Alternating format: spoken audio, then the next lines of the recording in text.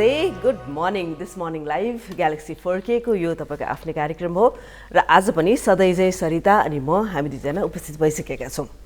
Good morning अनि happy Friday पनि यहाँहरूलाई। बाइ द वे सृजना सूर्योदय भइसक्यो र 5:09 सूर्योदय भएको थियो भने सूर्यास्त साँझ 7:03 हुनेछ। त्यसै गरेर अघि भनेअनुसार शुक्रबार सुरु भइसकेको छ।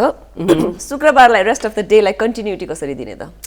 अब कन्टिन्युटी हाम्रै प्रोग्रामबाट दिनुपर्छ र हाम्रो प्रोग्राम बीचमा हाम्रो प्रोग्राममा थुप्रै कुराहरू छन्। तपाईँले खोज्नुभएका कुराहरूलाई तपाईँ समक्ष पुर्याउने प्रयत्न हामी गर्छौँ।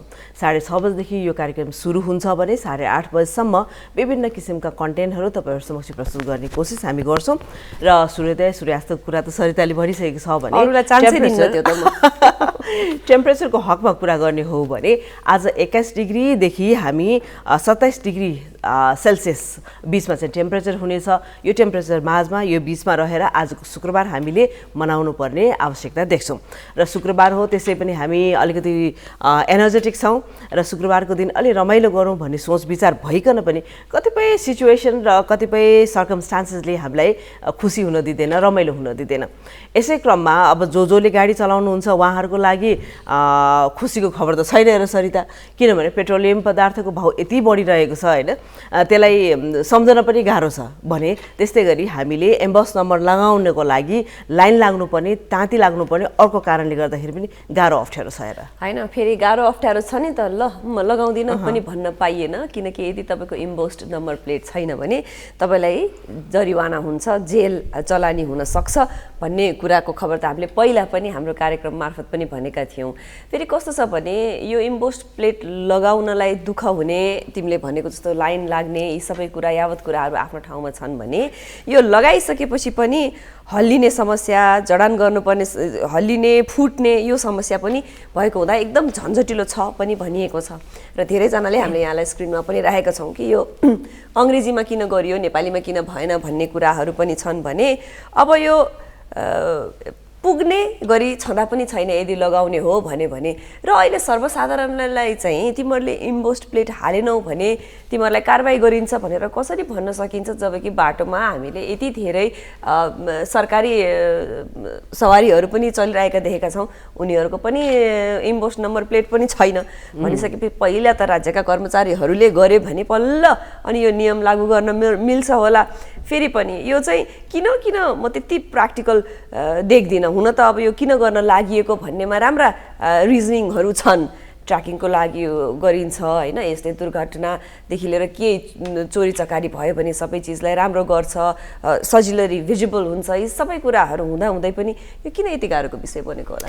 अब इम्बोस नम्बर आफैमा नराम्रो होइन हेर सरिता होइन, यो चाहिँ साँच्चीकै भन्यो भने राम्रो पहल हो, तर जुन टाइम फ्रेम दिएको छ नि त्यो टाइम फ्रेम चाहिँ अलिकति गाह्रो भयो, अलिकति अप्ठ्यारो भयो। र जुन हिसाब किताबले यदि इम्बोस नम्बर लगाइएन भने चाहिँ जरिवाना हुनसक्ने, जेल चलान हुनसक्ने भन्ने कुराहरू छन्, ती चाहिँ अलिकति मिलेन जस्तो लाग्छ मलाई होइन। र किन मिलेन भनेर भन्नुहुन्छ भने हाम्रो देशमा सवारी साधनको हकमा कुरा गर्ने हो भने 35 लाखभन्दा बढीको हाराहारीमा सवारी साधन रहेका छन् भने 25 लाख मात्रै यो इम्बोस नम्बरका ती नम्बर प्लेटहरू चाहिँ ल्याइएका छन्। र त्यस अर्थमा पनि यो त्यति खासै मिलेन, जुन हिसाबले टाइम फ्रेम राखिएको छ त्यो मिलेन जस्तो लाग्छ। त्यस्तै गरी अब अहिले कतिले लगाएका छन् त होइन, एउटा लाइन बस्नुपर्ने समस्या झन्झट छँदैछ, अर्को चाहिँ भनेको टाइममा नआउने समस्या झन्झट छँदैछ, त्यसमाथि पनि समय हद राखिदिइसकेपछि यो समयसम्म मात्रैमा तपाईँले लाउनुपर्छ, अदरवाइज तपाईँलाई जरिवाना हुन्छ, जेल चलान हुन्छ भनेपछि अप्ठ्यारो भएन त सरिता? अप्ठ्यारो भयो नै सृजना, हामी यहाँ दुईजनाले बसेर हामीलाई अप्ठ्यारो भयो अथवा यी कुराहरूले गर्दाखेरि अलिक कुरा मिलेन भन्दै गर्दा सर्वसाधारणहरूको चाहिँ यसको बारेमा के रहेछ त विचार, बरु त्यो एकचोटि हामी पनि हेरौँ न। 5 वर्षदेखि पहिले नै गर्ने भनेपछि त 5 वर्षको अवधिमा केही नियम लागू गरेर गर्नुपर्छ नि त होइन।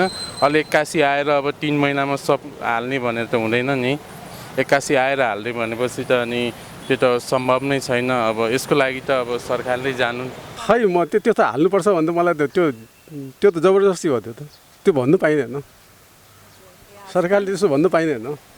जेल हाल्ने भन्ने त होइन नि त, मानव अधिकार छ, त्यो छ, सबै छ, अनि चाहिँ जेल हाल्ने कुरो त त्यो ठिक होइन। हाल्नुपर्छ ठिक छ, तर यो महँगो भएछ कि खास चाहिने होइन, नेपाली लिपिबाट नै गर्दाखेरि नै राम्रो हुन्छ। यो सरकारले चाहिँ खास भने त्यो उसको कमिसनको लागि चाहिँ गरे जस्तो लाग्छ हामीलाई चाहिँ। त्यो खासै आवश्यकता चाहिँ सबै नेपालीले बुझ्छ भन्ने पनि छैन नि त होइन। यो त राम्रो कुरै भएन नि, जेल हाल्ने। अब इन्भोइस नम्बर नलगाउँदैमा जेल हाल्ने भनेपछि त अनि यो रातो प्लेटको नम्बरले के चाहिँ बिगाड्छ त? हजुर, तपाईँले सर्वसाधारणले के सोचिरहेका छन् र के विचार गरिरहेका छन् भन्ने विषयमा थाहा पाइ नै हाल्नुभयो र हामीले पनि यसरी नै सोच्छौँ होइन। इन्भोइस नम्बर आफैमा राम्रो चिज हो र यसलाई हामीले इम्प्लिमेन्ट गर्नुपर्छ, यसलाई हामीले लगाउनुपर्छ, तर समयको हद जुन तोकिएको छ त्यो चाहिँ भएन भन्ने हाम्रो कुरा हो हेर होइन। अब सुन्दाखेरि पनि कस्तो कानलाई बिजाउने भने जस्तो कि सृजना हेर न, अब इम्पोस्ट नम्बर प्लेट नहाल्नेलाई चाहिँ जेल हाल्छु भन्दै गर्दा न्यायालयमा घुसखोरी गर्नेलाई के गर्ने, सुन टन्नै भित्र्याउनेलाई के गर्ने, यी सबै कुराहरू चाहिँ यतिका कतिपय कुराहरूले त मा अझै राम्ररी कारबाही नभएको अथवा नपुगेको बेलामा चाहिँ इम्पोस्ट नम्बर प्लेट नहाल्दा चाहिँ जेल हाल्छु भन्दा चाहिँ प्राथमिकता कता पुग्यो भने जस्तो पनि लाग्दो रहेछ। फेरि पनि राज्यले गरेको कुनै पनि नियम नराम्रो नियम पक्कै पनि हुँदैन। यसलाई अलिकति अर्गनाइज गरेर समय दिएर व्यवस्थित गरेर अगाडि लयो भने हामीलाई पनि सजिलो, राज्यलाई पनि सजिलो होइन भन त? हजुर, र यस्तै खाले कुरा गर्दै गर्दाखेरि अर्को एउटा कुरा पनि मलाई यहाँनिर गर्न मलाई हेर सरिता होइन। रेड क्रस जुन छ हामीलाई एउटा किसिमको आस्था हामीले लिन्छौँ रेड क्रस भनेपछि होइन। र यसै रेड क्रसमा नेपाल रेड क्रस सोसाइटीमा चाहिँ एउटा अनियमितता भएको भन्ने कुराहरू आइरहेका छन् र यहाँ आर्थिक रूपमा जुन किसिमको अनियमितता भएको छ त्यो अनियमितताले चाहिँ रेड क्रसको भविष्य कता जाने हो, नेपाल रेड क्रसको भविष्य कता जाने हो र यसले चाहिँ कसरी काम गर्छ भन्ने कुरामा चाहिँ एकदमै ठुलो प्रश्न चिन्ह अहिले लागिरहेको छ होइन।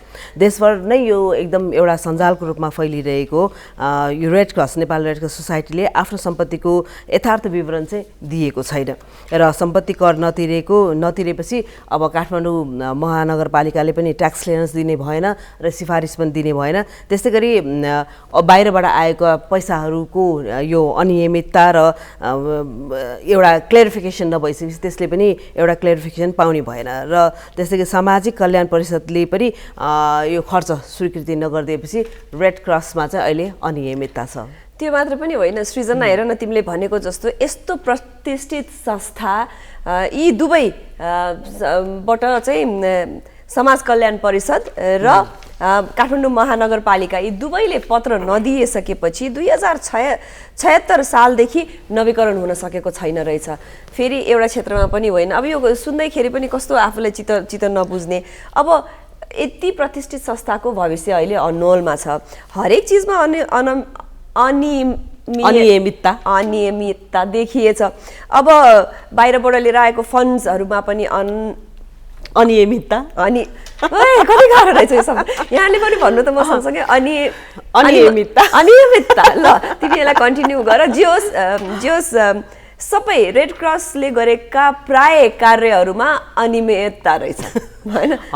हजुर, र जतिखेर यो अब अहिले असारमा शान्त छ यतिखेर हामी सबैले कुनै पनि अर्गनाइजेसनले आफ्नो किसिमको ट्याक्सहरू क्लियरेन्स गर्नुपर्ने होइन।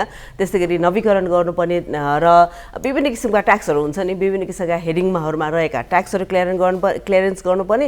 त्यस्तै गरी एउटा रिन्यू गर्नुपर्ने, नवीकरण गर्नुपर्ने यो अहिले छ होइन। यो एयर एन्डिङ भनेर हामीले बुझ्छौँ होइन। यो एयर एन्डिङमा यसरी सिफारिस नपाइसकेपछि यो नवीकरण हुने भएन, नवीकरण नभइसकेपछि त्यसलाई इलिगल भनेर हामीले बुझ्छौँ होइन।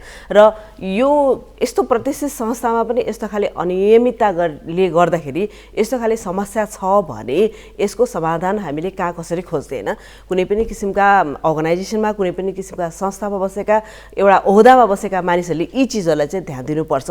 आफ्नो काम, आफ्नो दायित्व, आफ्नो रेस्पोन्सिबिलिटीलाई आफैले बुझ्नुपर्ने आवश्यकता छ र मात्रै हामीले अर्गनाइजेसन होस् अथवा कुनै पनि संस्था चाहिँ हामीले चलाउन सक्छौँ। हो नि, अब तिमीले भनि नै हाल्यो, मैले ठ्याक्कै भनिदिएँ। यो रेड क्रसको हकमा कुरा गर्नुपर्दा जग्गा खरिद गर्दाखेरि अनियमितता रहेछ।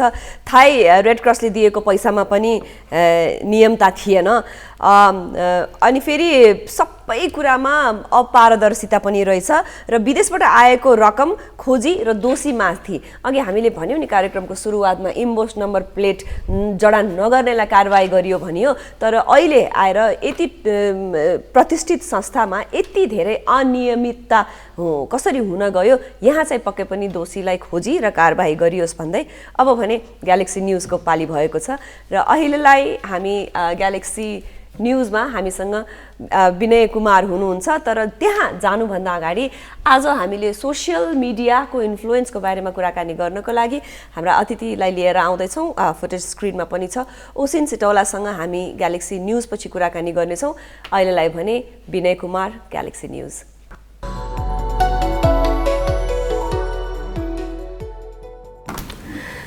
दिस मर्निङ लाइभ तपाईँ हेरिरहनु भएको छ ग्यालेक्सी 4K को यो आफ्नै कार्यक्रम हो र कार्यक्रममा थुप्रै कुराहरू छन् र कुराकानी गर्ने क्रम अब नयाँ नौलो के छ सरिता आज शुक्रबारको दिन हामीले अघि ग्यालेक्सी न्युजमा जानुभन्दा अगाडि आज हामीले लिएर आएको अतिथिको बारेमा छोटो जानकारी यहाँलाई दिएका थियौँ उहाँ हामीसँग आइसक्नु भएको छ सृजना हजुर त्यसैले उहाँसँग कुराकानी गर्नुभन्दा पहिला उहाँको एउटा इन्ट्रो भिडियो हेरौँ त्यसपछि उहाँसँग कुरा गरौँ होला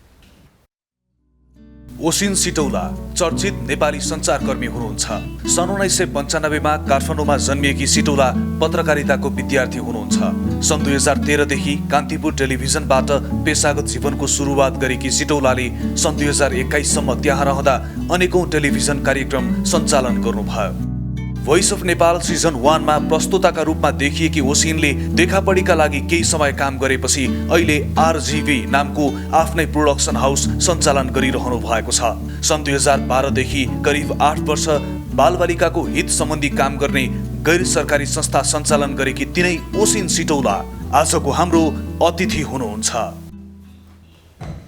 हजुर आज हामीसँग ओसिन सिटौला हुनुहुन्छ पहिला सुरु उहाँलाई स्वागत गरौँ होला गुड मर्निङ ओसिन गुड मर्निङ नमस्ते देखिरहेको चिर परिचित अनुहार हामीहरूसँग हुनुहुन्छ कतिको गाह्रो भयो आज बिहान उठेर यहाँ आउनलाई केही दिनदेखि चाहिँ बिहान उठिरहेको थिएँ so I think it was not a big problem आज तर आई गट अप एट 6 अनि अगेन लाइफको लागि I sometimes have a habit of getting late त्यसलाई चाहिँ कम्प्रोमाइज गर्न मिलेन ओके सो अब ओसिनसँग कुरा गर्नुपर्दा थुप्रै छ होइन धेरैवटा अब टेलिभिजन प्रोग्रामहरू त्यस्तै गरी धेरैवटा संस्थाहरूसँग काम गरिरहेको मान्छे हो र पनि मलाई सोध्नु मन लागेको छ ओसिन अब सोसियल मिडियामा पनि यस्तो धेरै एक्टिभ छ होइन कतिको गाह्रो छ सोसियल मिडियामा एक्टिभ भइरहनलाई it's a part of my work जस्तो लाग्छ मलाई म चाहिँ त्यस्तो ओके सोसियल मिडिया नै भनेर त्यस्तै कनेक्ट चाहिँ गर्दिनँ बिकज पर्सनली नलिएकै राम्रो हो जस्तो लाग्छ मलाई गाह्रो भन्दा पनि it's a part of my work so ठिक छ होइन अब अहिले कस्तो भइसक्यो पनि अझ झन् मिडिया पर्सन भइसकेपछि त आफूलाई सोसियल मिडियामा अपडेट गरेर राखेन भने पनि फेरि समयअनुसार नगा जस्तो पनि हुने मलाई सोध्न मन लागेको कुरा चाहिँ कतिपयचोटि अब ओसिनलाई पनि आउँछ होला मेरो यो चिजहरू इन्डोर्स गरिदिनु न भन्ने अथवा सामानहरू आउने त्यो गर्दाखेरि अब आफूलाई प्रडक्ट एकदम राम्रो छ लागेको छ थाहा छ भने त ठिक छ नत्र कहिलेकाहीँ यो should I do it or not भन्ने खालको प्रश्नहरू आउँछ कि आउँदैन अफकोर्स मलाई ठिक लागेको कुरा म इन्डोर्स गर्छु नभए यदि मलाई ठिक लागेको छैन भने चाहिँ I don't work with it okay or the brand right okay घरमा आउँछ कि आउँदैन त्यस्तो सामानहरू मैले ओसिनलाई पठाइदियो भने maybe she will endorse it भन्ने टाइपको अथवा युज गर्छ भन्ने खालको basically so this is a PR package now होइन पिआर प्याकेज आउँदा चाहिँ म कसरी हेर्छु भन्दा you've sent me a PR package there is nothing attach to it मैले यसको बारेमा प्रचारै गर्नुपर्छ भनेर उहाँहरूले मेन्सन पनि गर्नु भएको छैन मैले I have not asked for the package so यदि मलाई राम्रो लाग्यो भने म गर्छु यदि मलाई राम्रो लागेन भने I just keep it I am grateful I use it so अब इन्फ्लुएन्सिङ पर्सनालिटिजहरू मध्येमा पर्छ होइन ओसिन पनि र कतिको मेन्टेन गरिरहनु गाह्रो छ लाइक चाहिँ अब युट्युब भयो टिकटक भयो आज होइन फेरि इन्स्टा भयो धेरैवटा अकाउन्टहरू हुन्छ होइन त्यसलाई कन्टिन्यू अपडेट्सहरू गरिरहन फुर्सद टाइम अनि एउटा चाहिँ कन्सेप्ट त्योमा काम गर्नुपर्छ कि पर्दैन डेफिनेटली पर्छ इनफ्याक्ट म टिकटकमा थिएन I am on YouTube Instagram Facebook अनि अब टिकटक बनाउन चाहिँ यति धेरै काम थियो कि कहाँबाट सुरु गर्ने थाहै थिएन so there was a fake profile मेरो I think like some 60,000 followers so मैले के सोचेँ I just talk to this person अनि म यो टिकटक लिइदिन्छु and then I will run it भनेर मैले चाहिँ त्यो सर्टकटको हिसाबले सोचेँ बट देन आई थट होइन म आफै स्टार्ट गर्छु भनेर सो म चाहिँ कसरी प्लान गर्छु भने I create a gamut of contents र म त्यो जम्मा गरेर and then I have a small team who helps me out with it so I constantly post on social media म पर्सनली पनि युज गरिरहेको हुन्छु so that's how it works with me गाह्रो छ मेन्टेन गर्नलाई it's work it's proper work होइन अब अहिलेकै कुरा गर्ने हो भने TikTok Insta television mainstream media सबै कुराहरू कम्बाइन टुगेदर कट थ्रोट नै छ कम्पिटिसन कहिलेकाहीँ अब कति वर्षदेखि काम गरिरहेको मान्छेले नचिनिरहेको हुन्छ होला टिकटकमा ओभरनाइट मान्छे कस्तो पपुलर भइरहेको हुन्छ होइन अनि अब ओसिनकै पनि प्रोडक्सन वर्कहरू हेऱ्यो सबै कुरा मोडलिङहरू हेऱ्यो पिक्चर्सहरू हेऱ्यो जे पनि जहिले पनि ओभर द टप खतरा राम्रो नै लागिरहेको हुन्छ होइन अनि यो चिजलाई के चाहिन्छ कन्स्टेन्ट रिसर्च चाहिन्छ कि how do you maintain that so मैले एउटा लर्न गरेको कुरा चाहिँ someone told me do not forget to learn from the young मैले I think हरेक एजको प्रोफेसनल्सहरूसँग काम गर्ने अपर्च्युनिटी पाएको छु I have work with the best of professionals and I have work with the budding content creators so के हुँदो रहेछ भने हामी चाहिँ we are in a kind of work where we need constant learning and unlearning. So त्यसको लागि चाहिँ I think हामीभन्दा एल्डर प्रोफेसनल्सको चाहिँ हामीले सजेसन्स एडभाइसेसहरू लिन्छौँ र हाम्रो बडिङ कन्टेन्ट क्रिएटर्सहरूको पनि एट द सेम टाइम लिन सक्छौँ भने चाहिँ I think it keeps you updated and it keeps you intact at the same time जस्तो लाग्छ मलाई अब धेरै जस्तो मानिसहरू होइन आफूले पुसै गरेर पनि सोसियल मिडियामा आफ्नो प्रेजेन्स देखाइ नै रहेको हुन्छ होइन कतिपय मान्छेहरू सोसियल मिडियामा मात्रै पपुलर हुनको लागि पनि कतिवटा भएको नभएको कन्टेन्टहरू पनि हालिरहेको हुन्छ होइन यसलाई चाहिँ कसरी हेर्नुहुन्छ तपाईँ I think म चाहिँ I basically it doesn't make sense to me. It doesn't make sense to me जस्तो लाग्छ अब मैले टिकटक युज गर्न थालेको छु होइन it's been a few weeks. So टिकटकको ट्रेन्ड चाहिँ एउटा गीत आउने रहेछ अनि त्यो गीतमा नाच्नै पर्ने रहेछ कि ननाचिकन टिकटकमा अब त्यो फर यु पेजमा नजाने रहेछ सो मैले के सोचेँ भने मलाई नाच्नै मन छैन टिकटकमा म आफ्नो कन्टेन्ट बनाउँछु something that I feel comfortable with something that I do so yes कहिलेकाहीँ फनको लागि गर्न सकिन्छ होला तर त्यो ट्रेन्डी नै भएर त्यही गर्नुपर्छ भन्ने चाहिँ मलाई चाहिँ लाग्दैन so that's what I think about it अब usually when you're a beautiful person, creative, talented, राम्रो कुरा त धेरै सुनिन्छ हैन भनिन्छ पनि तर at the same time when you're out there doing so many things नराम्रो कुरा पनि पक्कै सुनिन्छ होला अनि मान्छेहरूले यो नराम्रो कमेन्ट्सहरू यस्तोहरू गर्छ कि गर्दैन लकिली मलाई चाहिँ त्यस्तो नेगेटिभ कमेन्ट्स आउँदैन अनि आए पनि मेरो सोसियल मिडिया प्याटर्न चाहिँ कस्तो छ भने believe it or not sometimes if I feel like I am getting very addicted to social media, let's say कि मैले Instagram 1 घण्टा 2 घण्टा 3 घण्टा 4 घण्टा चलाएँ रे what I do is before sleeping I delete the app so that next morning I don't have to use it. You know, so there was an instance where मैले एउटा गीत गुनगुनाइरहेको थिएँ and then it was a funny song so मैले सोचेँ कसरी आयो यो song मेरो दिमागमा like how did I sing this song so I realized म बिहानै उठेर इन्स्टाग्राम चलाउँदो रहेछु and subconsciously I am getting influenced by what I hear or see on Instagram which is the knowledge that I don't need in the mornings नि म त आफ्नो mornings different तरिकाले स्टार्ट गर्न पनि सक्छु so I made a point to delete Instagram before I slept अनि बिहान चाहिँ बरु म डाउनलोड गर्थेँ मलाई यदि चलाउन मन छ भने I would make that effort instead of just hanging on to Instagram जस्तो लाग्यो कि मलाई सो नेगेटिभ कमेन्ट्सहरू पनि यदि मलाई अलिकति ओभरवेल्म जस्तो भयो भने चाहिँ I just get out of social media for a week and I think it's no harm so आउँछ and then I think the most powerful thing that we can access ourselves to is a choice that we can make हामी कसरी entertain गर्ने त अब त्यसलाई नै personally लिएर यही हो यो नेगेटिभ कमेन्टमा म डुब्न चाहन्छु भन्यो भने that's one thing but then if you like ठिक छ आउँछ जान्छ and the Nepali audience is in a very good way, pretty easy, and they tend to forget things very fast. Oh yes. पछि पनि यस्तै लाग्नुहुन्छ हैन एकैचोटी बिर्सिनु पनि साह्रै बिर्सिनुहुन्छ so that's a good thing actually. अनि अब इन्स्टाग्राम त भइ नै हाल्यो नि अब बिजनेस वाइज चाहिँ Right.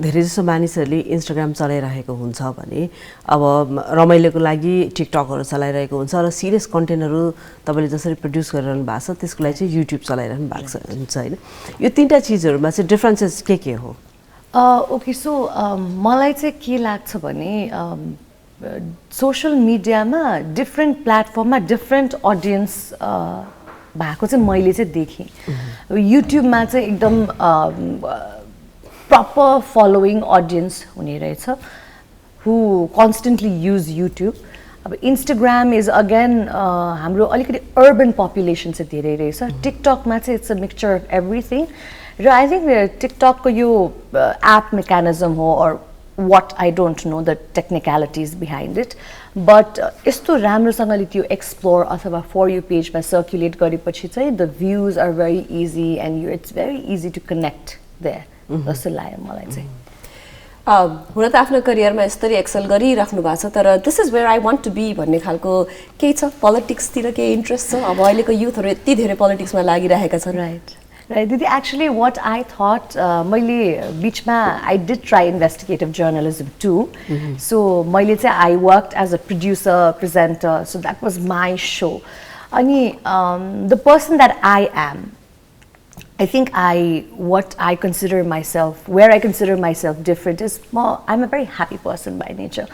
अनि I also take my work very very personally म एउटा काम गर्छु होला दुईटा काम तीनटा काम गर्छु होला वर्षमा but I take it very very personally and I think that is my strength and weakness at the same time so मैले मेरो investigative journalism गर्दाखेरि that's something that I always wanted to do so मैले के realize गरे पनि म शायद त्यति mature नै छैन at this point of time and I don't want to read a script that is not me so मैले यदि एसिड अट्याक त्यति बेला एसिड अट्याक कभर गरेँ मैले I talked about waste management and I thoroughly enjoy doing it तर के हुँदो रहेछ भने म चाहिँ घर गएर राति सुत्ने बेलामा पनि I couldn't disconnect with my work so it was kind of affecting me and the person that I was I wasn't really happy with what I was doing although मलाई त्यो धेरै अगाडिदेखि गर्नु मन थियो सो आई थट मिडियामा त म हुन्छु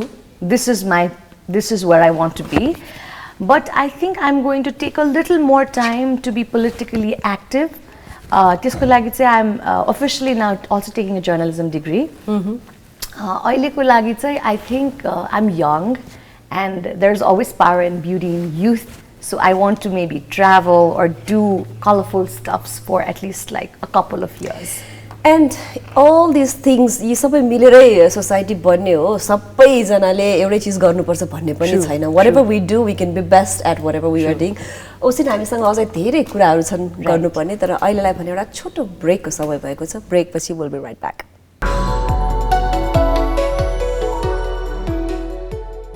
ग्यालेक्सी फर्केको यो तपाईँको आफ्नै कार्यक्रम हो दिस मर्निङ लाइभ र कार्यक्रममा हामीले आज अतिथिको रूपमा ओसिन सितौलालाई निम्त्याएका छौँ र उहाँसँग कुराकानी गरिरहेका छौँ र कुराकानी गर्ने क्रममा मेरो प्रश्न ओसिनलाई अब जानेर नजानेर जसरी होस् मान्छेले हिजो आज सोसियल मिडिया त चलाउँछ नै हैन टिकटक होस् इन्स्टाग्राम होस् फेसबुक होस् व्हाटएभर मान्छेले 1 घण्टा 1.5 घण्टा त सोसियल मिडियामा बिताउँछ नै हैन उनीको लाइफस्टाइलमा यसको इफेक्ट यिनीको मेन्टल स्टेटसमा यिनीको इफेक्ट कसरी हेरिरहनु भएको छ सो मलाई चाहिँ के लाग्छ भने हजुर हामी सोसियल मिडियाले हाम्रो एउटा कुरा चाहिँ लिदिन्छ although it has the both sides of being good and bad and that is mindfulness जस्तो लाग्छ कि हामी माइन्डलेसली सोसियल मिडियामा हेरिरहन्छ इन्स्टाग्राम फेसबुक चलिरहेछ के चलाइरहेछ थाहा छैन हेरिरहेछ and it happens with people of all ages भनेर भन्छु कि सो त्यो माइन्डफुलनेस चाहिँ लिएर आउनुपर्छ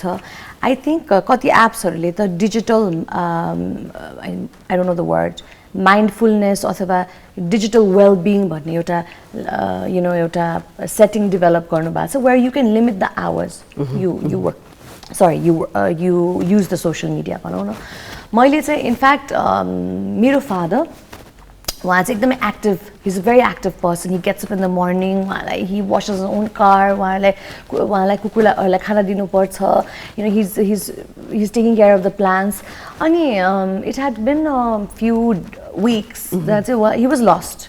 जतिखेर हेऱ्यो फेसबुक चलाछ सो आई टोल्ड हिम पापा हजुरको चाहिँ बानी बिग्रिएको छैन so he has not realize this yet र it is gone take some time for him to realize that my father is like using social media way too much सो मैले चाहिँ उहाँलाई एकचोटि let's do a challenge 3 days 5 days let's delete Facebook from your phone he was shocked कि अब त्यति बेला चाहिँ मेबी उहाँलाई आफ्नो एडिक्सनको okay maybe I am using social media too much realize भयो कि but then he easily did it तर सोसियल मिडिया कट अफ गर्न थालेपछि चाहिँ ही स्टार्टेड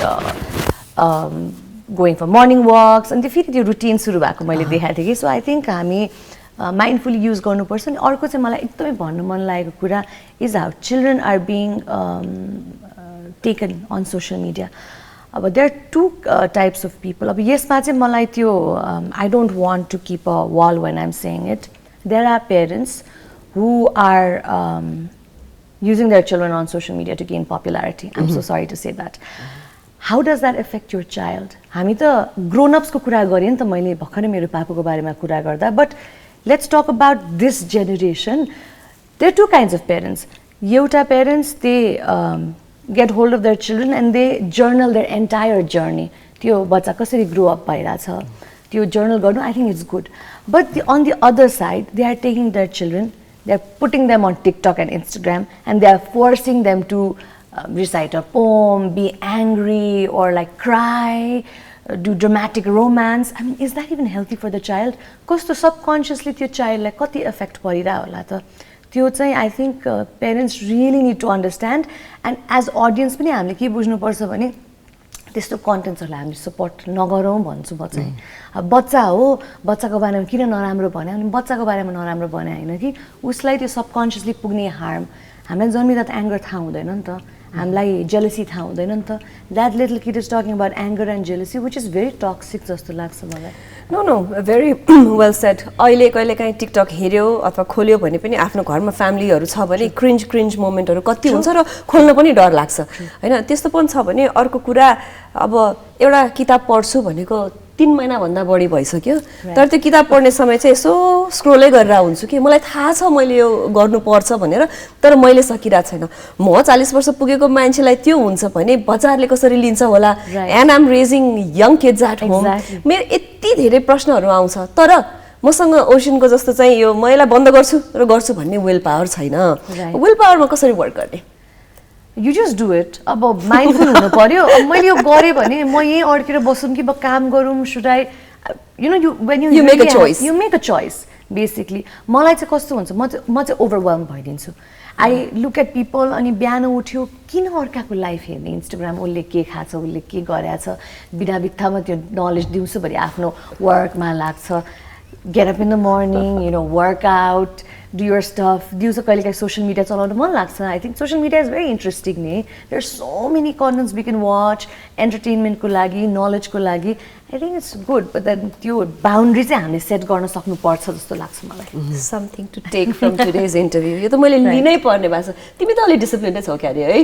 म त त्यति एक्टिभ छैन सोसियल मिडियामा त्यति खासै एक्टिभ छैन म हेर्न चाहिँ हेर्छु जस्तो ओसिनले भने जस्तो काम पऱ्यो भने हेर्न परि नै हाल्यो होइन र विभिन्न इन्फर्मेसनहरू आइरहेको हुन्छ हामीलाई अपडेट पनि त हुन्छ नि त्यस कारणले चाहिँ म हेर्छु तर म खासै चाहिँ एक्टिभ छैन राख्नको लागि चाहिँ राख्छु होइन र पनि मभन्दा बाहेक अरूहरूले जो चलाउँछ नि दिनरात ओसिनले बनाएको छ ओसिनको पापाले नै त्यस्तो चलाएर दिएको थियो होइन केटाकेटीहरूलाई युज गरेको देख्दाखेरि मैले पनि कतिवटा अकाउन्टहरू चाहिँ अनसब्सक्राइब गरेको डिलिट गरेकोहरू त छ होइन एउटा अलिकति हामीले माइन्डफुल चाहिँ हुनैपर्छ यो कन्टेक्स्टमा होइन र पनि सोसियल मिडियाले हाम्रो लाइफमा जानेर नजानेर एफेक्ट त पारि नै रहेको छ होइन र मानिसको नेचर कस्तो भन्दाखेरि राम्रो कुरा भन्दा पनि नराम्रो कुरा व्रत लिन्छन् क्या होइन अब इन्फ्लुएन्सर्सहरूले भनेका चिजहरू कतिपय चिजहरू सही पनि होला कतिपय चिजहरू गलत पनि होला होइन यो कन्टेस्टमा मान्छेले कसरी यो छुटाउने त भनेर सजेसन्सहरू केही छ अब आई थिङ्क हजुर यु नो बेटर होइन because you have more experience than I have तर मैले देखेको कुरामा चाहिँ आई थिङ्क कतिपय मान्छेहरू बोल्नका लागि मात्र बोल्छन् कि त्यो कुरा चाहिँ हामीले बुझ्नुपर्छ and if somebody says something it's okay that's not me that's that person उसले कुन माइन्डसेटमा बोले हुन्छ नि previously we were having this conversation me and my friends अनि he's a very nice photographer, okay? He's a very nice photographer. Somebody came and he's getting a lot of work also. राम्रो काम गरिरहेछ उसले. And somebody came up to him and told him, तिम्रो त मैले कामै देखिरहेको छैन आजकल.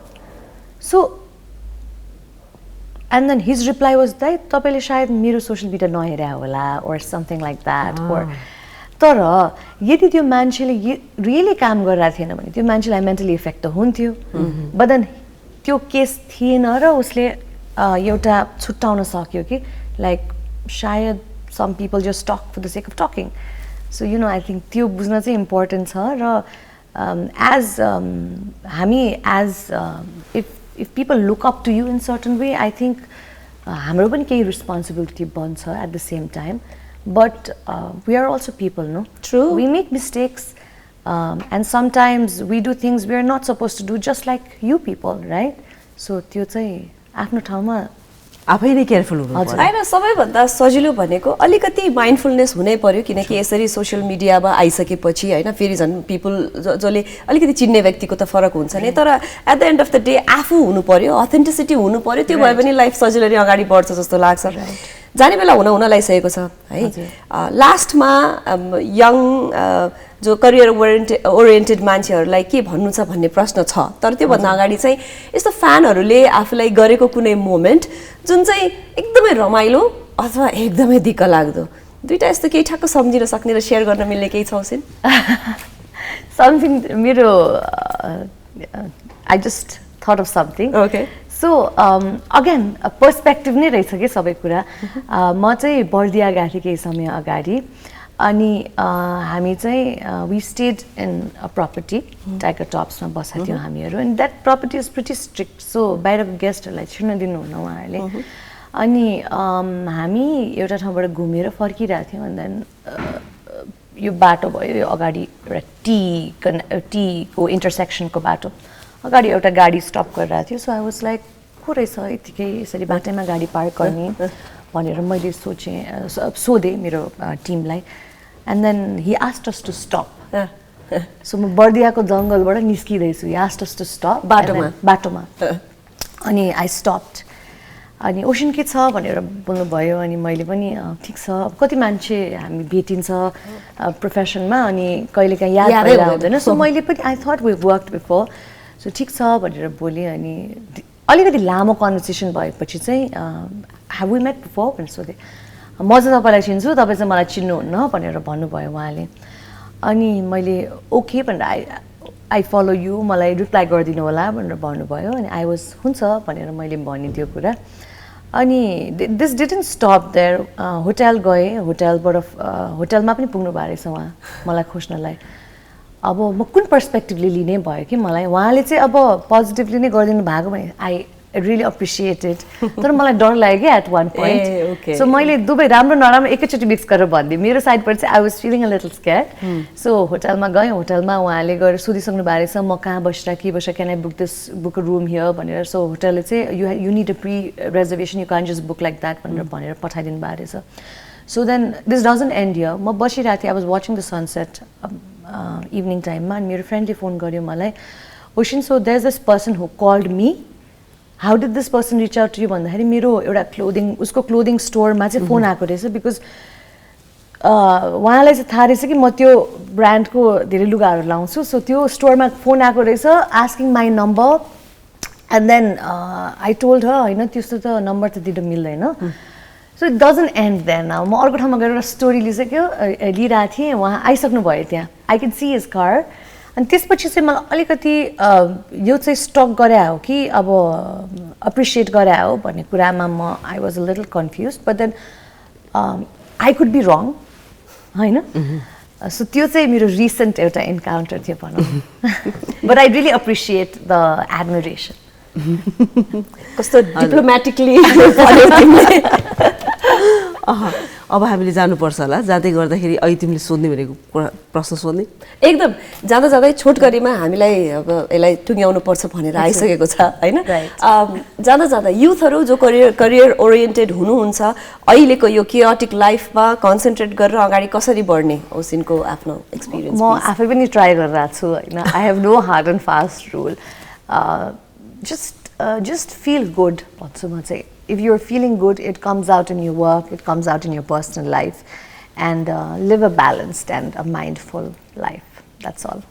कस्तो राम्रो On that note, फेरि पनि thank you so much for your time. Thank you for having me, Azarla. Thank you so much. I had a lovely time with the beautiful ladies. Thank you. Thank you so much. भाइसा वर्षा बिहान बिहानै एकदम motivating youth हामीलाई चाहिएको पनि थियो. You have done that. आजदेखि घर गएर म पनि सोसियल मिडियालाई अलिकति साइडमा राख्ने ट्राई गर्छु. Once again, it was lovely Thank having you you. for Thank having you. me, Azarla. Thank you. अतिथिसँग रमाइलो कुराकानी गर्दा गर्दै एउटा छोटो ब्रेक लिने बेला भएको छ किनकि ब्रेक पछि अन्य सेक्सनहरू लिएर हामी हाम्रो युजुअल डेस्कमा आउँछौँ नै. अहिलेलाई भने एउटा छोटो ब्रेक.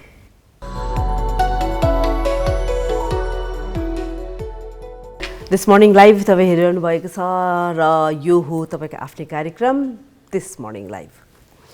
सृजना, हामीले रेल आयो रेलको कुरा यति धेरै गर्छौँ होइन. मैले अहिले कुरा गरे पनि रेलको कुरा जस्तो भयो. दिस मर्निङ लाइभ अनि दिस मर्निङ लाइभ रेलको कुरा भयो. ठिकै छ, समय थोरै छ, धेरै कुरा भ्याउनु पर्ने छ. So it's okay. रेल आयो भनेर हामीले कति धेरै कुरा गर्छौँ. अहिले साँच्चीकै रामायण यात्रामा 600 धार्मिक पर्यटकहरू लिएर दिल्लीबाट जनकपुरसम्म रेल आएको छ.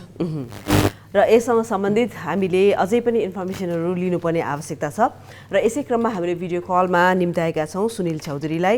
उहाँ vice president Mithila Awadh culture प्रिजर्भेसनबाट हुनुहुन्छ र उहाँसँग कुरा गरेर अझै पनि इन्फर्मेसनहरू अझै पनि यसबारेमा जानकारी लिने कोसिस गरौँ र उहाँलाई स्वागत गरौँला. सुनिलजी, यहाँलाई कार्यक्रममा धेरै धेरै स्वागत छ. यो हामीले पढ्यौँ सुन्यौँ, यो रामायण सर्किट भनेको खास हो चाहिँ के? अब रामायण सर्किट त हजुरको म के भनौँ त्यसको सुरुवातदेखि जान्नु जरुरी रहेछ. भारत सरकारले जब प्रधानमन्त्री मोदी 2014 मा उहाँले सत्तामा आउनुभयो त्यसपछि उहाँले एउटा रामायण सर्किटको कल्पना प्रारम्भ गर्नुभयो. रामायण सर्किट भनेको के हो भने रामजी जुन जुन ठाउँमा जानु भएको छ, अब रामजी वनवास जानुभन्दा पहिला उहाँ ऋषिसँग जनकपुर आउनु भएको थियो र त्यही क्रममा उहाँको बिहे भयो अनि त्यो भएर हाम्रो जनकपुर नेपालमा पर्छ. त्यस्तै उहाँले श्रीलङ्का पनि वनको समयमा जानुभयो अनि भारतको विभिन्न ठाउँमा जानुभयो. अनि भारत सरकारले त्यो ठाउँहरूलाई डेभलप गर्नको लागि, त्यसलाई विकास गर्नको लागि भारत सरकारले रामायण सर्किटको स्थापना गर्नुभएको छ. त्यो ठाउँलाई अब त्यहाँको मठ मन्दिर, त्यहाँको बाटोघाटो, त्यहाँको धर्मशाला, त्यहाँको अन्य इन्फ्रास्ट्रक्चर डेभलप गर्नको लागि रामायण सर्किटको स्थापना गर्नुभएको छ भारत सरकारले. त्यसैलाई नेपाल सरकारले पनि र प्रदेश सरकारले पनि कुरा नेपाल सरकारले पनि ल्याएछ र प्रदेश सरकारले पनि यसपालि नीति तथा कार्यक्रममा मध्य प्रदेशले गर्नुभएको छ.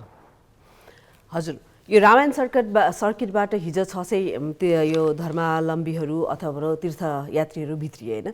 यो अब कसरी यो कसरी चल्छ जस्तो लाग्छ तपाईँलाई? यसले हाम्रो तीर्थयात्रीहरू बढाउँछ जस्तो लाग्छ?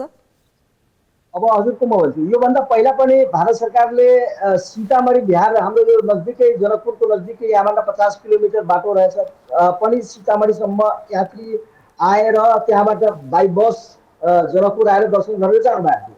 अनि अब यसपालि 1-2 महिना पहिला हाम्रो जनकपुर रेल जब प्रारम्भ भयो, अब त्यहाँ अयोध्याबाट दिल्ली भएर अयोध्या भएर जनकपुर डाइरेक्ट रेलमा यात्रीहरू आएर त्यहाँ दर्शन गर्नुभयो. अब भारत सरकारले यो कार्यक्रमहरू निरन्तर गरिने रहेछ भन्ने जानकारी हामीले प्राप्त भएको. किनकि यसको ब्याकमा जाँदाखेरि 2017 मा हाम्रो एउटा international conference of Ramayana circuit on Mithila Awadh relation हाम्रै संस्थाको माध्यमबाट त्यसमा नेपाल सरकार जनकपुर नगरपालिकाको पहलमा यो ठुलो कार्यक्रम भएको थियो. त्यसमा भारतको 5 युनिभर्सिटीबाट पूर्व भिसीहरू र नेपालको त्रिभुवन युनिभर्सिटीदेखि र यहाँको युनिभर्सिटीहरूको विद्वानहरूलाई बोलाएर हामी कार्यक्रम गरेका थियौँ. अनि त्यसैमा हाम्रो 2-3वटा प्रस्ताव पारित भएको थियो. त्यसमा एउटा प्रस्ताव थियो कि जनकपुरबाट अयोध्या बस चल्नु पर्यो, अयोध्याबाट जनकपुर आउनु पर्यो, अनि यहाँबाट पटना जानु पर्यो. अनि त्यहीमा हामीले एउटा प्रस्ताव गरेका थियौँ अयोध्याबाट डाइरेक्ट रेल जनकपुर प्रारम्भ गरेर नेपाल सरकारले पनि त्यो बेला सुझाव दिएको थियो र भारत सरकारले पनि दिएको थियो. त्यसैको फलस्वरूप प्रधानमन्त्री मोदीजी 2018 मा जनकपुर आउँदाखेरि उहाँले घोषणा पनि रामायण सर्किटको लागि जनकपुरको क्षेत्रको विकासको लागि 100 करोड रुपियाँ घोषणा गर्नुभएको थियो। त्यसको प्रोसेसहरू चलिरहेको छ नेपाल सरकार, भारत सरकार र जनकपुर उपमहानगरपालिका र प्रदेश सरकारको बिचमा। सुनिलजी, अब भारतबाट यसरी 600 जना पर्यटक बोकेर रेल जनकपुर आउँदैछ, यो हाम्रो लागि एकदम राम्रो कुरा त हो पनि। हामी यसको लागि पूर्व तयारीहरू सबै छन्, उहाँहरूको स्वागतको लागि, अकोमोडेसनको लागि, हरेक कुराको लागि हामी तयार छौँ र भारतले दिएको अलिकति त्यो आर्थिक सहयोग पनि क्लियर नभएको, त्यहाँ पारदर्शिता नभएको भन्ने पनि कुरा सुनिएको थियो। छोटकरीमा भनिदिनुहोस् न प्लिज। अब म हजुरलाई भन्छु, भारत सरकारले, प्रधानमन्त्री मोदीले जनकपुरको रामायण सर्किटको लागि 2014 मा उहाँले घोषणा गर्नुभयो कि जनकपुर क्षेत्रभित्र पर्ने रामायण सर्किटको जुन जुन ठाउँ छ त्यसलाई डेभलप गर्नको लागि 100 करोड रुपियाँ उहाँ भारतीय रुपियाँ घोषणा गर्नु। अब त्यो काम त हाम्रो स्थानीय गभर्मेन्ट जनकपुर नगरपालिकाको हो, प्रदेश सरकारको हो र हाम्रो सेन्ट्रल गभर्मेन्ट। कुनै पनि विदेश यात्रीबाट पैसा दिँदाखेरि यो तिनै निकायबाट, किनकि यो प्रोजेक्ट लाग्ने हो जनकपुर क्षेत्रभित्र, त्यसको जिम्मेवारी जनकपुर उपमहानगरपालिका या जनकपुर क्षेत्रको लिनु पर्यो, अनि प्रदेश सरकारले लिनु पर्यो, सेन्ट्रल सरकारले यसलाई सहजीकरण गरेर यो पैसालाई रिलिज गरेर काम गर्न लगाउनु पर्यो। त्यसको प्रोसेस चलिरहेछ। अनि भारत सरकारको प्रतिनिधि पनि दुईचोटि जनकपुर आएर पनि त्यसको काम गरिसक्नु भएको छ। जनकपुरमा अहिले हजुरको धर्मशालाहरू पनि बनिरहेछ, होटलहरू पनि छ। त्योभन्दा पहिलाभन्दा हजुरको व्यवस्थित धेरै कुरा पनि भएको छ। अब एयरपोर्ट नै हेर्दाखेरि अब 12 बजे रातिसम्म यहाँ फ्लाइट सुरु भइसकेको छ। पहिला जनकपुरमा 2-3वटा फ्लाइट थियो, अहिले गएर 12-13वटा फ्लाइट कन्टिन्यू भइरहेछ अनि फ्लाइट प्याक पनि चलिरहेछ। अब धेरै यात्रीहरू आएर अयोध्याबाट जनकपुर आउँछ, जनकपुरबाट काठमाडौँ गएर पोखरा पनि गएर घुमिरहेछ। त्यसमा धेरै पहिलाभन्दा धेरै सुधार भएको छ अनि अरू पनि सुधारको कुरा छ। हामीहरू पनि लागेका छौँ अनि प्रदेश सरकार र सबसँग समन्वय गरेर हामीहरू अगाडि बढाउँछौँ यो कुरालाई। ओके हजुर, अब यो ट्रेन हिजो त आयो होइन, अब फर्किने कहिले हो त? कति दिनसम्म यो तीर्थालुहरू बस्नुहुन्छ? यसको विषयमा अलिकति भनिदिनुहोस् न। अब यो तीर्थालुको के छ भने हजुरको उनीहरूको आइआरसिटी जुन भारतको रेलवे बोर्डको एउटा आइआरसिटी विङ रहेछ, उसले बुकिङ अनलाइन बुकिङ गर्छ अनि बुकिङ भएपछि उसको एक टुर प्याकेज बनाएको छ सब ठाउँमा जाने होइन। अब जनकपुर हिजो यात्री आउनुभयो, उहाँलाई प्रदेश सरकार, मुख्यमन्त्री, प्रदेश सरकारको पर्यटन मन्त्री, जनकपुर उपमहानगरपालिकाको नगर प्रमुखदेखि पुरा नगरवासी, यहाँको साधु सन्तहरूले भव्य स्वागत गर्नुभयो उहाँले। अनि स्वागतपछि उहाँले जानकी मन्दिर दर्शन गर्नुभयो अनि साँझ गङ्गा आरतीमा सरिक हुनुभयो। अनि त्यसपछि आज बिहान उहाँहरूको कार्यक्रम धनुषाधामबाट फर्केर यहाँ दिनको भोजन गरेपछि उहाँहरूको यहाँबाट बाई बस सीतामढी बिहार जानुपर्ने कार्यक्रम रहेछ। अनि ट्रेन यहाँबाट लामो दूरी भएको कारणले हिजै नै साँझ ट्रेन जानुभयो अनि सीतामढी यहाँबाट 50 किलोमिटरको बाटो कारणले उहाँहरूले यहाँबाट बसबाट सीतामढी जाने कार्यक्रम रहेछ। सुनिलजी, फेरि पनि यसरी 600 जना तीर्थालुहरू हामीहरूकोमा आउनु भएको छ, मिथिला नगरीमा आउनु भएको छ र यसको बारेमा, रामायण सर्किटको बारेमा हामीले यहाँलाई जानकारी दिनुभयो। त्यसको लागि यहाँको समयको लागि धेरै धेरै धन्यवाद र उहाँहरूको आतिथ्यतामा केही कमी पनि नहोस्, यहाँहरूको लागि पनि धेरै धेरै शुभकामना। धन्यवाद। धन्यवाद। हजुर, हामीले कार्यक्रममा कुराकानी गऱ्यौँ होइन, रामायण सर्किट हिजो जुन जनकपुरमा आइसकेको छ यो ट्रेनको विषयमा र यहाँ आउनुभएका तीर्थालुहरू को विषयमा अलिकति जान्ने हामीले कोसिस गऱ्यौँ।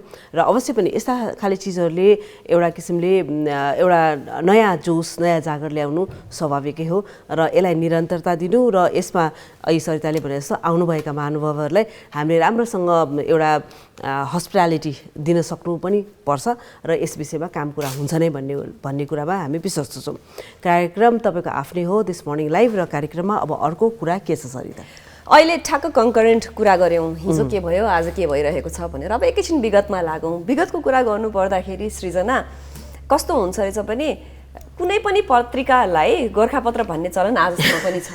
तिम्रो घरमा गोर्खापत्र आयो भन्छौँ हामीले, किनकि अब एकदमै 1 शताब्दीभन्दा लामो हिस्ट्री बोकेको गोर्खापत्र भएर पनि होला। यो आजको दिनमा 2059 सालमा पहिलो पटक रङ्गीन के भन्छ रङ्गीन पत्रिका निस्किएको थियो होइन। अनि मलाई त्यो गोर्खापत्र भन्यो भने मलाई त्यो रङ्गीन पत्रिका भन्दा पनि ब्ल्याक एन्ड व्हाइटै अझै पनि दिमागमा आउँछ होइन। तिमीलाई त्यस्तो हुन्छ कि हुँदैन भन न? आउँछ र गोर्खापत्र देव शमशेरको पालामा प्रकाशनमा ल्याइएको हो र सरिताले अघि भने जस्तै गोर्खापत्र जुनै पनि पत्रिकालाई चाहिँ हामीले अहिलेसम्म पनि कतिपय हाम्रो अग्रजहरूले होइन कुनै पनि पत्रिकालाई चाहिँ गोर्खापत्र भनेर भन्नुहुन्छ। पहिला चाहिँ यसरी गोर्खापत्र निस्किन्थ्यो भने पछि गएर गोर्खापत्र पनि भयो होइन। अनि पछि फेरि गोर्खापत्र पनि भयो, पछि फेरि गोर्खापत्र पनि भयो होइन। र गोर्खापत्र हो कि गोर्खापत्र हो त्यो बेग्लै कुरा हो, तर गोर्खापत्रको सुरुवात यसरी भएको थियो जुन एउटा हिस्ट्रीको रूपमा आज हामीले सम्झ्यौँ। यो सुरु चाहिँ 1958 साल वैशाख 24 गते सोमबारदेखि यो साप्ताहिक रूपमा सुरु गरेको रहेछ होइन। 1958 भने फागुन 7 गतेबाट बल्ल दैनिकी रूपमा आउन थालेको रहेछ। फेरि पनि सबैभन्दा पुरानो इतिहास बोकेको पत्रिकाको रङ्गीन भर्जन भने आजकै दिनमा भएको रहेछ 2059 सालमा। उसो त अब सरिता के भन्दाखेरि सबैभन्दा बढ्ता सर्कुलेट हुने पत्रिकाको रूपमा गोर्खापत्रलाई आजको दिनसम्म लिइन्छ होइन। पत्रपत्रिकाहरू हिजो आज बिस्तारै डिजिटलाइज भइरहेको छ र कतिपय पत्रपत्रिकाहरू त थोरै मात्र प्रकाशनमा ल्याइन्छ भने पहिला जस्तो घर घरमा बिहानै पत्रिकाहरू आउने चलन पनि बिस्तारै छुटिसकेको छ। हिजो आज हामीले डिजिटल सब्सक्रिप्सन गर्नुपर्छ र सब्सक्रिप्सनको सर्टन चार्ज हुन्छ जुन चार्जलाई हामीले डिजिटली नि पे गर्छौँ होइन। र यस अर्थमा यो पत्रिका पढ्ने कल्चर पनि बिस्तारै चेन्ज भइरहेको अवस्थामा पनि गोर्खापत्रको सर्कुलेसन चाहिँ राम्रै छ हेर। धेरै ठाउँमा छापाखानाहरू छन्। 1088 वटा छापाको माध्यमबाट चाहिँ यो चाहिँ प्रिन्ट हुन्छ र देशभरि नै आजको दिनसम्म पनि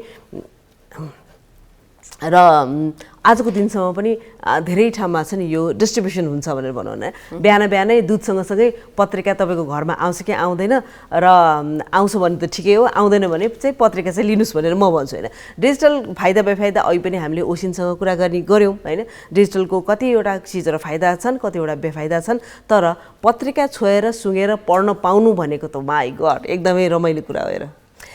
पक्कै पनि अब फेरि पनि के भन्छ कुनै न कुनै हिसाबले गोर्खापत्र भन्ने बित्तिकै क्लोज टु आवर हार्ट चाहिँ छ। चाहे जति नै सुकै जति नै डिजिटल अब अहिले किन्डलदेखि लिएर केमा हामीले के माध्यममा पढौँ गोर्खापत्र भन्दै अर्को फेरि अलिकति हिस्ट्रीकै कुरा गरौँ। हिस्ट्रीको कुरा गर्दाखेरि आर्टको वर्ल्डमा पिकासोको नाम नसुनेका हामी सायदै हौँला। अनि सबैभन्दा इन्ट्रेस्टिङ फ्याक्ट चाहिँ के रहेछ भने पिकासोको पहिलो शब्द के रहेछ थाहा छ? युजली मानिसहरूको पहिलो शब्द के होला भन्दाखेरि तिमी के भन्न ठान्छौ? युजली मानिसहरूले आमा भन्लान्, बुवा भन्लान् होइन, मामा भन्लान्, वाटेभर भन्लान् होइन। तर आर्टको मान्छे भएको कारणले गर्दाखेरि आर्टैको कुरा गर्यो होला होइन। पिकासोले पेन्सिल भनेर रहेछन् हेर न होइन। उनले आफ्नो भाषामा लापिज भनेका रहेछन्। पहिलो शब्द नै पेन्सिल भनिसकेपछि कहीँ कतै उनीमा त्यो ग्रेट आर्टिस्ट ग्रेट स्कल्पचर हुने चाहिँ सानै उमेरदेखि देखिएको रहेछ। हजुर, सानै उमेरमा हुन्छ नि हाम्रो अब छैठीको बेलामा होस् अथवा हाम्रो पास्नेको बेलामा होस्, हाम्रोमा चाहिँ कस्तो खाले पनि चलन छ भने अब त्यो बच्चाले चाहिँ के पिक गर्छ होइन, कलम कपी अथवा स्टेथोस्कोप अथवा के पिक गर्छ, स्केल अथवा के पिक गर्छ भने हेर्ने चलन पनि छ होइन। र यसबाट नै उसको जीवनमा ऊ के बन्छ भन्ने कुरा चाहिँ हुन्छ भनेर भने जस्तै उहाँले पनि पेन्सिल उहाँको आफ्नै भाषामा भन्नुभयो, त्यसैले पनि आर्टिस्ट बन्यो होला। पिकासोको आर्टहरू तपाईँले हेर्नु भएको छैन र एकदम लाइभ रूपमा हेर्ने मौका त हामीले पाएको छैनौँ होइन। र पनि यहाँ स्क्रिनमा पनि छ पिकासोको आर्टको त अब कुरै नगरौँ होइन। यो त एकदम हिस्ट्री पनि हो, एकदम बहुमूल्य चिजको रूपमा हामीले यसलाई लिन्छौँ। पिकासोले कोरेर फालेको पेन्सिलले लेखेको धर्का मात्रै भयो भने पनि अहिले घरमा राख्न पाइयो भने कस्तो रमाइलो हुन्थ्यो होला होइन। फेरि पनि पिकासोको कुरा गरौँ, उनीले 1,50,000 भन्दा बढी वर्कहरू प्रड्युस गरिसकेका छन्। स्पेनिस प्रोलिफिक आर्टिस्ट र स्कल्पचर उनी हुन्, तर उनले आफ्नो धेरै समय फ्रान्समा बिताए। आज हामीले किन पिकासोको कुरा गरिरहेका छौँ त भन्दाखेरि आजकै दिन 1901 मा उनको पहिलो एक्जिबिसन पाब्लो पिकासो भनेर हामी फुल नेम उनको हो भने आजको दिन उनको पहिलो एक्जिबिसन भएको भएर टुडे इन हिस्ट्रीमा उनको बारेमा कुराकानी गरिरहेका छौँ। हजुर, नेपालमा पनि यस्ता राम्रा राम्रा यो आर्टिस्टहरू छन् होइन, जुन आर्टिस्टहरूको एक्जिबिसनहरू हुने गर्दछ, विभिन्न ठाउँहरूमा हुने गर्दछन्। ती ठाउँहरूमा गएर नकिने पनि हेरी मात्र दियो भने पनि धेरै प्रेरणा उहाँहरूलाई मिल्छ होइन। र हामीले चाहिँ किन्नै पर्छ भन्ने जरुरी पनि छैन हेर सरिता होइन। गएर एक्जिबिसनहरूमा एकचोटि आफ्नो प्रेजेन्स मात्र देखाइदियो भने र त्यो आर्टिस्टलाई हामीले एउटा सराहना मात्र गरिदियौँ भने पनि उनलाई एउटा प्रेरणा मिल्छ। र बिस्तारै बिस्तारै हाम्रा नेपालका आर्टिस्टहरूले पनि अन्तर्राष्ट्रिय क्षेत्रमा पिकासो झैँ नाम कमाउन चाहिँ सफल हुन्छ भन्ने कुरामा चाहिँ दुई मत छैन। नेपालमा पनि थुप्रै आर्टिस्टहरू छन् जो आर्टिस्टहरू एकपछि अर्को अर्कोपछि अर्को इन्टरनेसनल एक्जिबिसनहरू गरि नै रहेका छन् र ती एक्जिबिसनहरूलाई ती आर्टका पिसहरूलाई मानिसहरूले यति मन पराइरहेका छन् कि होइन, किन्नेले किनि नै रहेका छन्, हेर्नेले हेरि नै रहेका छन्। यसै क्रममा सानो कुरा म यहाँ जोड्न चाहन्छु। एउटा आर्टको कुरा गर्दै गर्दाखेरि चाहिँ फ्रान्समा त एउटा सहर अथवा एउटा गल्ली नै छ आर्ट भनेर होइन, र नेपालमा पनि ठमेलमा त्यस्तो खालि आर्टको गल्ली बनाउने कन्सेप्ट चाहिँ अहिले सुरु भइसकेको छ र यसले राम्रै गर्छ भन्ने कुरामा चाहिँ विश्वस्त छौँ हामी। होइन, तिमीले भन्यौ है, अब यसरी नाम सुनियो, अब मैले अघि पनि भने कि पिकासोको पेन्सिलले यसो कोरेको धर्काइ मात्र पनि हामीलाई ओहो यो त पिकासोले गरेको हो भन्ने भयो, किनकि उनी संसारमा यसरी वर्ल्ड रिनाउन्ड आर्टिस्ट भनेर चिनिए। तर साँच्चीकै भित्री मनबाट भन्नुपर्दा अब नेपाली भएर हो कि के हो, तर हाम्रा नेपाली आर्टिस्टका आर्टहरू हेऱ्यौँ भने त्यसको कम्पेरिजनमा अरू कोही आउला र भनेको जस्तो लाग्छ। त्यो कलाकारिता, त्यो पोख्त, त्यो डिटेल वर्क, फेरि हामीहरूको त हरेक चिजमा आर्ट देखिने भएको भएर पनि होला चाहिँ अर्कै हिसाबले जन्मिनु भएको छ। उहाँको त जेनेटिकली नै नेपाली आर्टिस्टहरूको चाहिँ यो भित्रैदेखि छ भने जस्तो पनि लाग्छ। फेरि पनि यो हाम्रो आर्टलाई संरचना गर्न अलिकति आउट देयर लिएर आउन चाहिँ एकदमै जरुरी छ जस्तो लाग्छ सृजना मलाई। हजुर, साँच्चै हो, तिमीले भनेको कुरा सही हो र सत्य हो होइन। आर्टलाई हामी अलिकति प्रोत्साहन दिउँ र हाम्रो सबै ठाउँमा चोक गल्ली सबै ठाउँमा आर्ट त छँदैछ होइन। र एनिवेज यो कुरा सँगसँगै हामीले खेलको कुरा पनि गर्नुपर्छ र नेपाली खेलाडीहरू अनि वुमेन्स क्रिकेटर्सहरू चाहिँ क्रिकेट खेलि नै रहेको छ र आइसिसी T20 च्याम्पियनसिप चाहिँ मलेसियामा भइरहेको यहाँलाई जानकारी छँदैछ। एसिसी T20 यो क्रिकेट च्याम्पियनसिप भइरहेको यहाँलाई जानकारी छँदैछ। आज चाहिँ सेमिफाइनल हो र पहिलो म्याच अहिले 7:15 बजे हुँदैछ नेपाली टाइम अनुसार, नेपाल भर्सेस UAE र नेपालले अलिकति मेहनत गर्नुपर्ने देखिएको छ ब्याटिङ र बलिङ दुवैमा। त्यस्तै गरी दोस्रो खेल 12 बजे हुनेछ भने हङकङ भर्सेस मलेसिया हो र भोलिको म्याच 9:15 बजे नेपाली टाइममा हुनेछ। त्यस्तै गरेर 10वटा देशहरू सहभागिता भएका छन् यो खेलमा र विजेताले अक्टोबरमा हुने एसियाली कप महिला T20 मा खेल्न पाउनेछ। अब छोटकरीमा अहिले भइरहेको टेस्ट म्याचको बारेमा पनि कुराकानी गरौँ सृजना।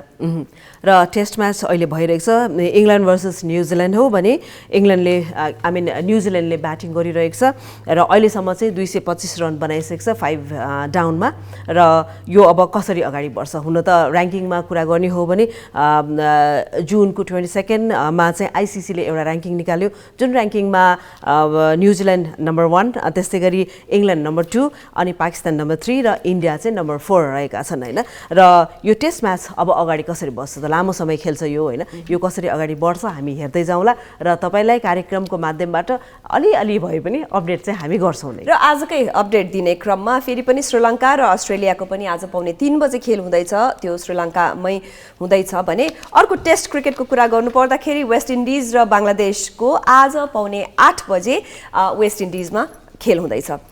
यो छोटकरीमा अपडेट पछि अब हाम्रो जाने पनि बेला भइसकेको छ। हेर न, आज अलिकति रेलको कुरा गरे भएर होला कार्यक्रमलाई पनि रेल दौडा जस्तै दौडाउनै नै पर्यो। स्पोर्ट्सको कुराकानी गर्दै थियौँ, आज जन्मदिन परेछ भन। आज 35 वर्षका पुगेका छन् एकदमै चिरपरिचित चिनिएका फुटबलको जगतमा एकदमै पपुलर हस्ती लायनल मेस्सी। उनी जुन 24 आजको दिन 1987 मा जन्मिएका थिए। फेरि पनि सबै फुटबल लभर्सको तर्फबाट ह्यापी बर्थडे टु यु। हजुर, जाँदा कोड अफ द डे जाँदा कोड अफ द डे पनि छ, हामीले यहाँलाई स्क्रिनमा पनि राखिदिन्छौँ। आज हामीले बर्थडे बोयको कोटेसन लिएर आएका छौँ।